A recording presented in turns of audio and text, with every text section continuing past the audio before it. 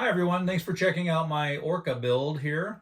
In this update, I'm going to go through all the props that I have found so far and also let you know which ones I'm missing.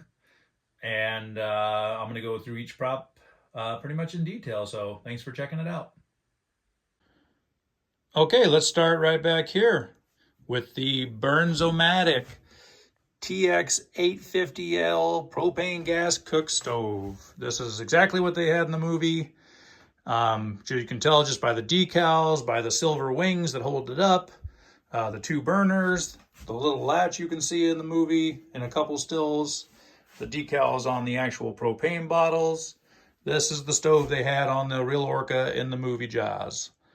They also had a couple cans of cream of mushroom soup. They had their drinking cups, coffee cups. This is very close to the real thing. The handle is slightly different on these. These are buffalo china. So in the movie, the horn on the handle is just a little more prominent than what I have here, but this is as close as I could get without completely exhausting myself from looking at cups on eBay. We also have our little enamel pot and our coffee pot. And those are as close to what I can tell they had there.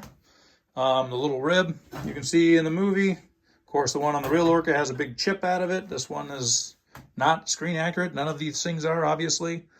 So, but eBay, everything you see here, except for the Campbell's soup, those are from the store. But everything else you see, this was on eBay one time or another, and I just picked it up over time.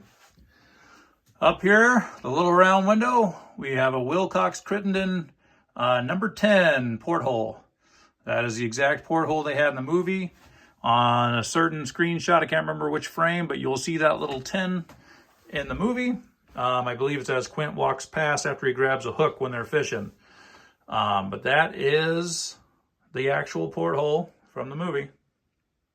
Okay, moving on up the starboard side, we have our booze bottles that you see in the movie. All you really ever make out of the movie, very blurry, is that club off to the side. Really what gave it away was the gold top with the two white stripes, the cursive. The only bottles I found online that matched anything like that was, of course, a vintage Canadian Club bottle.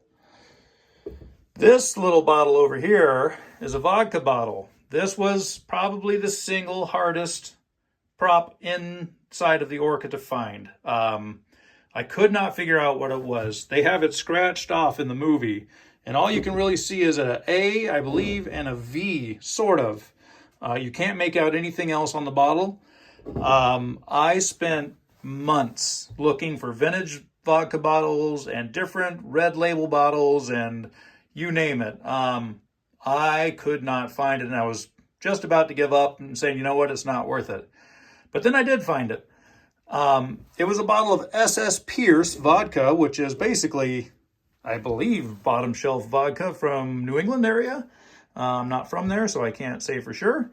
But it is sold in stores around Boston. I believe still sold today, SS Pierce vodka. So this isn't a real bottle of SS Pierce. This is some other cheap bottom shelf vodka that I found locally, and I made a label for it and had a little fun as well. And I called it SS Fierce vodka, and up close it says, "Here's to swimming with bow-legged women," and a fine spirit to be enjoyed aboard the Orca. And I made this a couple years ago now. So anyway, kind of goofy, but that's what was in the movie, was a bottle of SS Pierce vodka. So they had Canadian Club and vodka as their drink of choice, at least in the props. Moving on to the radio, we have a Motorola Modor, or Modar, I'm not sure how they pronounced it. This one is a MO3002, basically identical to what Quint smashes. You can see this dial. You can see the two, I think, squelch and volume.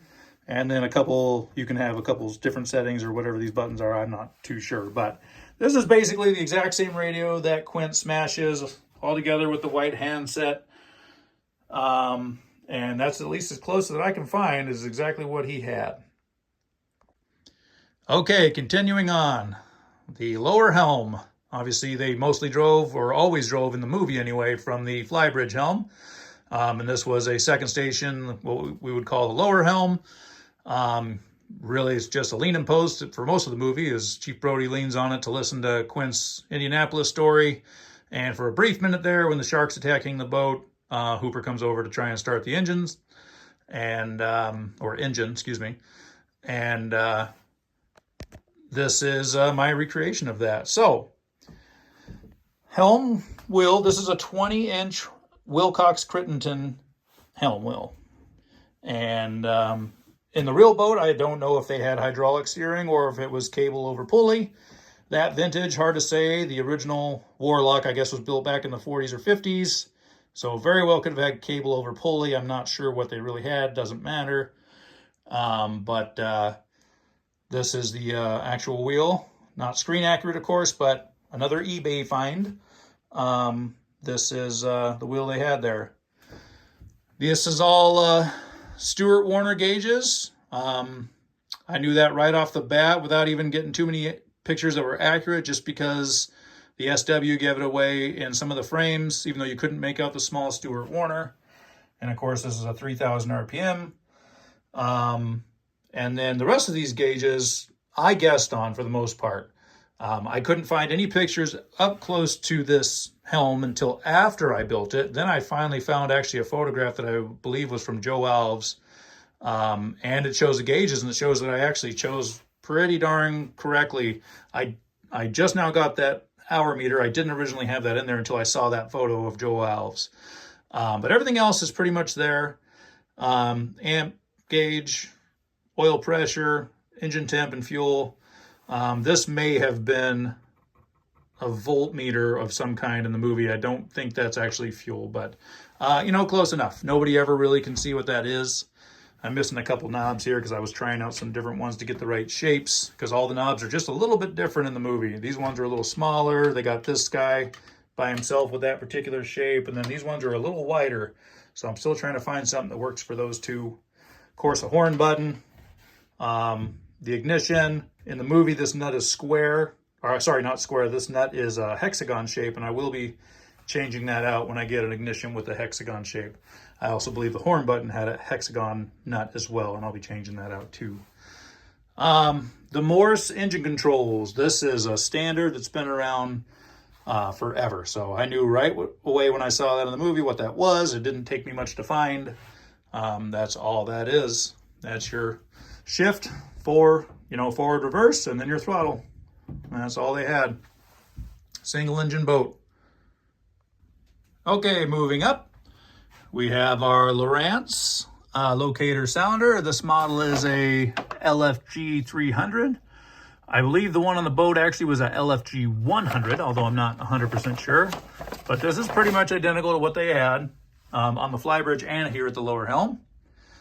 There was also a compass tucked away. You don't really see it in many shots, but if you look closely in some frames, you'll see a tiny little compass. And I believe this is an Atwood, I want to say a model 88, but I'm not 100% sure. There's no really good shots of it on any frame, except for the one on the flybridge actually has a pretty good shot, which it has this bracket here on the flybridge shot. So I assumed they bought two of the same compasses and put the same one at the lower helm, but that is definitely the compass they had on the flybridge on the real Orca. Okay, continuing on. This pipe in the movie, and I know it's a pipe for sure because this is what houses the shift throttle and steering cables coming from the flybridge helm, as long as all the wiring. This is where on most boats of this vintage, they would just run a pipe, put some fancy work over it, and all the cabling and electrical wires that went to the flybridge to run the upper helm were ran through that. So that's all that is. Obviously, this one's fake, but I practiced a little bit of fancy work and tried to get it right, and kind of made it dirty a little bit to kind of replicate what it looked like on the real boat. And I think it came out pretty decent. Okay, the clock and barometer. These, I believe, are Swift models, but they are made by the German company Schat, which I hope I'm pronouncing that correctly. But this particular model of the clock and barometer set is a Swift. The giveaway being the two little winders and a little thermometer right here. I'm missing the needle on this one, but in the movie, you can clearly see the needle pegged over here at 80 or 90 degrees, whatever day it was they were shooting, if it worked on the movie. But this is the clock they had inside Orca. It's a 6-inch clock-ish, as well as the same model barometer. For whatever reason in the movie, they're gold and chrome. I don't know why they had two different casings, but I didn't argue. I just went ahead and matched it. Just below that is our classic Kitty Compact 6 extinguisher. Same as the one on the aft bulkhead by the door. These are pretty easy to find. All of this, again, on eBay. These were a little harder. I accidentally bought the wrong clocks first and wasted some money on that, but I eventually did find the correct ones with the correct font, and I believe that is these. And the kitties are just, they seem to be everywhere. These little guys are still around and available to snatch up on eBay for 30, 40 bucks. So that's where I got that. The discharge of oil prohibited. I made this myself. I knew what that was without any being able to really see it, just because I work in the marine industry, and this is a label that's been on boats since at least the early 70s or whenever this Water Pollution Control Act came out. The wording has not changed. The stickers changed, the fonts changed, but nothing else has changed in the way they've worded it since then. So I took a modern one just to get the verbiage right, and I made it in the right font and size that you would have seen in the movie, and printed it out on a card type stock there. Okay, over here looking at the port helm. Obviously we had our little net that at some scenes in the movie, this is hanging up over by the stove with Quint's jacket in it. But in the scene where the barrel smashes through the windshield, it's sitting right here. So that's the route I've chosen, mostly because I don't have an overhead built yet. It's probably coming, but I haven't decided when I'm going to do that. So it's just sitting here for now, as in one of the scenes. This is a hot and cooler. I don't have a sticker on this particular one. This is actually not accurate to what is in the movie. It's the same shape, same size, same manufacturer. However, the one in the movie doesn't have these ribs. And it also has a little white handle, little white plastic handle. I have not been able to find the exact one, so this one will suffice. And unless you're a keener, you probably wouldn't have picked up that isn't the right one. Moving on to the books. This one doesn't belong here. It's not in the movie. I just had it sitting there. But these were in the movie. If you freeze frame where the barrel smashes through, at least on the HD version of the movie, you'll be able to see these titles. And they still exist, and you can still buy them. This is Charting the Oceans by Brinzy.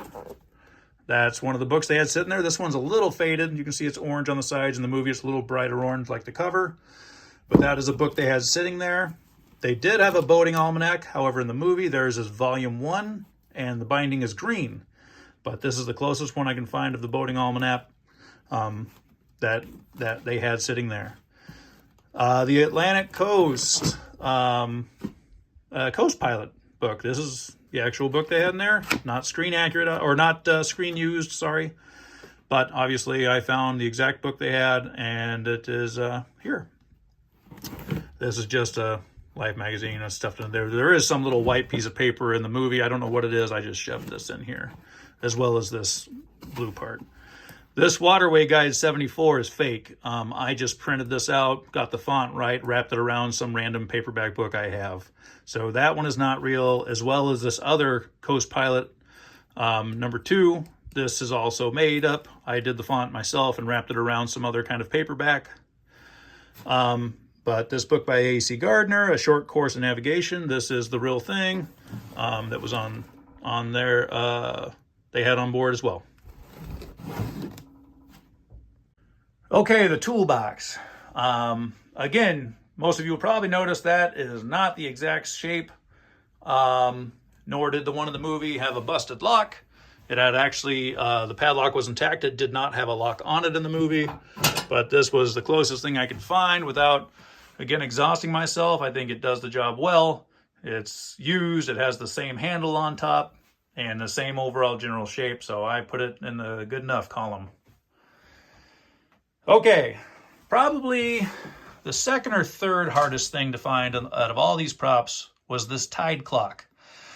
That little bugger took some time to figure out. I kept looking for just a regular clock or barometer with a black face and a gold surround. Nothing came up, nothing came up, nothing came up. And I always knew in the movie I saw that little orange dot and I didn't know what that was. But this is a high tide, low tide clock. I forget the manufacturer. I know it is made in New England.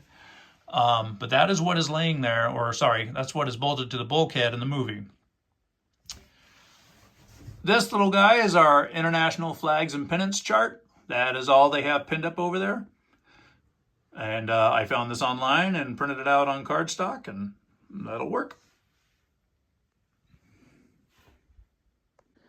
Okay, the lamp. This goes out at one point, and Hooper says he ate the light. And Chief Brody goes, oh, terrific. This is fairly close. It's a slightly different shape. It's slightly smaller, I believe. I think this is a 10-inch. The one in the movie might have been a 12. But it had the same brass band holding on the upper lamp. It didn't have this knob. It was held up by a cord. If you freeze frame it, they just literally nailed it to the overhead and let it swing. But I think that's close enough. So I went with it. Okay, we see these a lot, especially during the Indianapolis speech or the Scars scene or anywhere they're sitting inside. There's a first aid kit there. So, Johnson & Johnson, family first aid. Took me a while to find it, but it was on eBay. Finally popped up at some point, and I snatched it. I am missing the little white clasps that hold this together, so I have it taped for now, but I'll wait till I can find a better one, but that'll work for now. This little guy here was probably the second hardest prop to find. This is a wind speed indicator. Remember, they had at the very top, they had a wind vane at the very top of the mast that looked like it was made out of shark fins or something, but that would have been what was driving the wind speed indicator down here in the cabin. This is made by Cape Cod Wind and Weather Indicators, another New England company. But that is what they had on that bulkhead by the first aid kit. And of course, the other kitty fire extinguisher on the aft bulkhead that Quint uses to put out the fire after he blows the engine. However, in that exact scene where he's putting out that fire, it is a different extinguisher. It's not a kitty. So if you freeze the frame there and watch when he grabs it, it's a different type of extinguisher, but I'm sure they figured nobody would ever catch that or would care. So, but in the rest of the scene you see, especially when Hooper's climbing the ladder and mocking Quint, that is a kitty extinguisher hanging on the bulkhead. Okay, so that's pretty much all the props that I have so far that you see in the movie, and really there's only a couple other little props that maybe you might see that I don't have. The books change a few times depending on the scene. They're either laying over in a different scene or they're just completely different books, so I'm not too concerned about finding any of the other books. You can't really see them into any detail. I'm missing, obviously, the signal lamp that hangs in the overhead. Every now and then you see a set of binoculars in a tan case and an orange flashlight, and I just don't know that I'm going to bother to try and find those things. I'm not too concerned about them. In my next couple update videos, I'll show you how I built this, what materials I used, how it came together, how I drew it. Lots and lots of time went into drawing this before I could even build the first part.